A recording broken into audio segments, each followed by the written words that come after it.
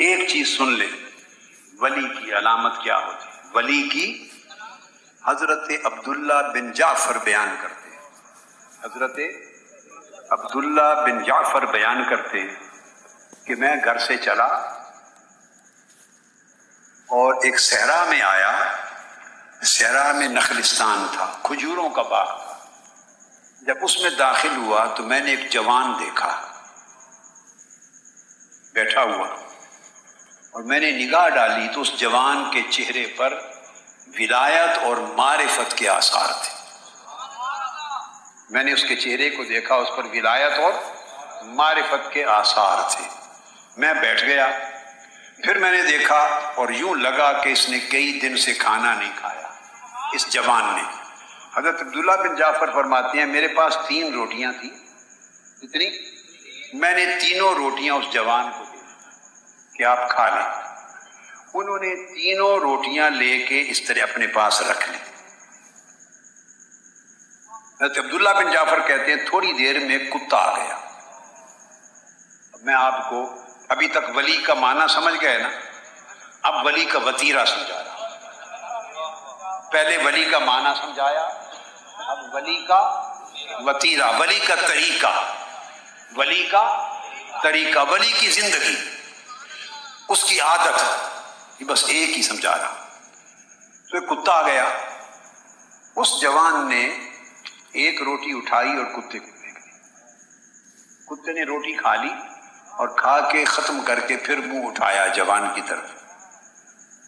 اس نے دوسری روٹی بھی کتے کو دی، اس کتے نے دوسری روٹی بھی ختم کر لی اور پھر منہ اس جوان کی طرف اٹھا کے کھڑا ہو گیا۔ اس نے وہ تیسری روٹی بھی اس کو دی، کتے نے تیسری روٹی کھائی اور سیر ہو گیا اور بھاگ گیا واپس، پھر منہ اٹھا کے کھڑا نہیں ہوا، بھاگ گیا۔ حضرت عبداللہ بن جعفر کہتے ہیں کہ میں اس جوان کے قریب گیا، میں نے کہا جوان، آپ ان 3 روٹیوں میں سے ایک کتے کو دے دیتے، 2 اپنے لیے رکھ لیتے، بہت ہی زیادہ کچھ کرنا تھا تو اس کو 2 دے دیتے اور ایک اپنے لیے رکھ دیتے روٹی۔ آپ نے تینوں روٹیاں اس کو دے دی، کیا؟ تینوں روٹیاں اس کو دے دی۔ اب آپ خود کیا کریں گے؟ جوان تو خود کیا کرے گا؟ تو خود کیا کرے گا؟ اس جوان نے کہا کہ اللہ کی اس توفیق کی لذت پہ شکر ادا کروں گا، یہ جو اس نے توفیق دی، اب دن بھر اس کی لذت میں رہوں گا اور شکر ادا کروں گا۔ انہوں نے کہا کہ میں تو یہ پوچھ رہا ہوں کہ ساری روٹیاں اس کو کھلا دی، کیوں کچھ اپنے لیے رکھتے؟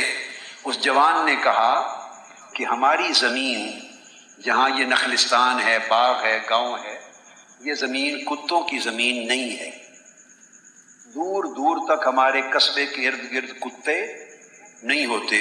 اب اس کتے کا آنا، اس کا مطلب ہے ہمارے گاؤں کے دور دور تک کتا ہے ہی نہیں، یہ کتوں کی زمین نہیں۔ اس کا مطلب ہے بہت دور سے کہیں سے آیا ہے اور روٹی کی تلاش میں آیا ہے، کتا بھوکا تھا۔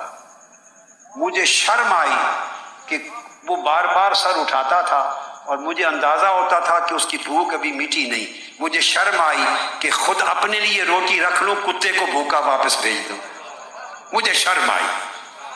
تو ولی کتے کو بھوکا رکھنے پہ بھی شرما،